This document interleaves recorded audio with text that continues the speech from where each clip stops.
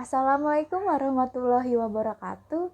Hai teman-teman semua, perkenalkan nama saya Anissa Oktaviani, saya dari Prodi Akuntansi Universitas Bhayangkara Jakarta Raya.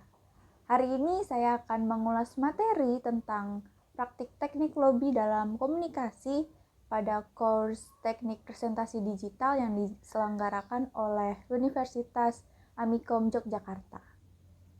Jadi teman-teman, lobby itu merupakan sebuah aktivitas yang dilakukan oleh individu maupun kelompok dengan tujuan mempengaruhi pimpinan organisasi ataupun orang yang berkedudukan penting dalam sebuah organisasi dan pemerintahan, sehingga dapat memberikan keuntungan untuk sang pelobi atau organisasi pelobi. Tujuan dari lobby ini yang pertama, agar sasaran atau klien atau target lobby mau melakukan suatu hal sesuai keinginan si pelobi. Yang kedua, agar klien mau terbuka dan melakukan kerjasama dengan si pelobi. Yang ketiga, agar terjadi hubungan yang lebih menyenangkan seperti mengarah ke arah pertemanan yang tidak hanya sekedar hubungan bisnis saja. Yang keempat, agar menciptakan suatu kerjasama yang saling menguntungkan, saling mempercayai, saling menghargai dari pihak-pihak yang dilobi. Yang kelima, agar berdiskusi dalam pencarian sebuah solusi dan mampu bekerja sama yang saling menguntungkan. Dalam praktik lobby ini ada beberapa komponen. Yang pertama itu ada pelobi pastinya sebagai sang komunikator. Yang kedua ada pesan yang disampaikan oleh komunikator atau si pelobi itu. Yang ketiga, ada klien atau target lobby atau sasaran yang ingin dilobi. Klien ini sebagai komunikan. Dan yang keempat, ada efek atau hasil dari kegiatan ini. Dalam praktik lobby ini ada beberapa hal yang harus diperhatikan. Yang pertama, memperhatikan waktu yang tepat untuk menyampaikan suatu pesan. Yang kedua, memperhatikan bahasa yang ingin disampaikan agar pesan dapat dimengerti. Misalkan yang di lobby ini berbicaranya bahasa Jawa, maka sang pelobi seharusnya menggunakan bahasa Jawa juga. Yang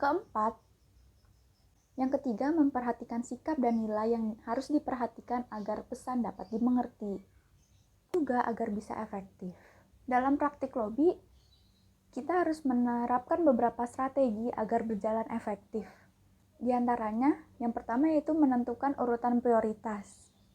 Biasanya bisa berdasarkan pada posisi jabatan. Contohnya, si pelobi mau menyasar siapa nih? Apakah mau menyasar direkturnya kah? Ataukah PR-nya atau HR-nya? Nah, yang kedua, menyiapkan argumen. Lobby akan berjalan dengan baik jika didasari dengan pendekatan yang baik pula.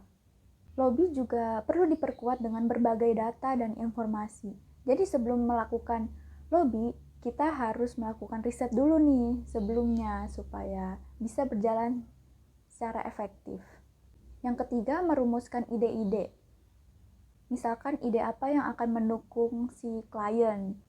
Kemudian ide apa nih yang seolah-olah dapat meringankan beban si klien. Kemudian untuk menghindari beberapa risiko dalam melakukan lobby, kita harus menanggulangi beberapa hambatan. Yang pertama seperti memberikan gambaran manfaat dan keuntungan yang akan diterima oleh klien.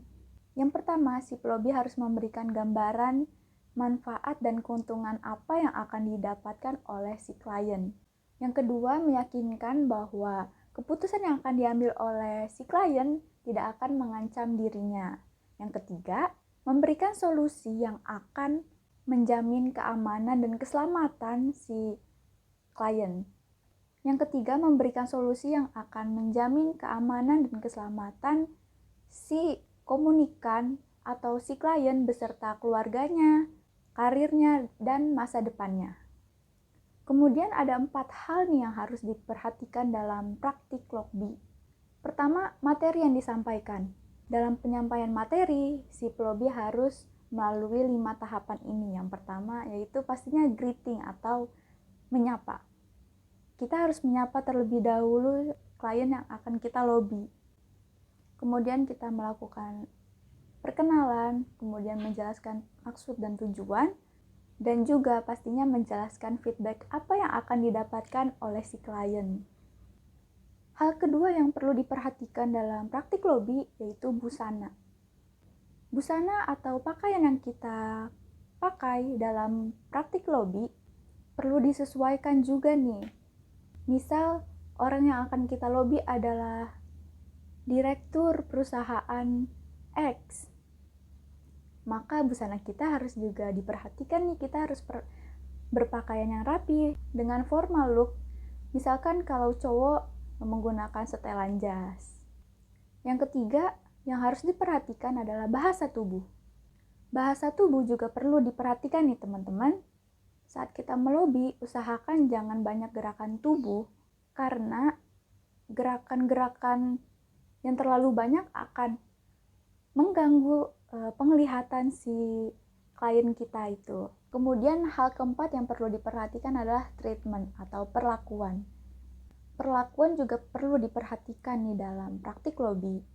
Misalnya dalam posisi duduk antara si pelobi dengan sang klien, sebisa mungkin harus sejajar, jangan si pelobinya malah duduk, tetapi kliennya malah berdiri, atau sebaliknya.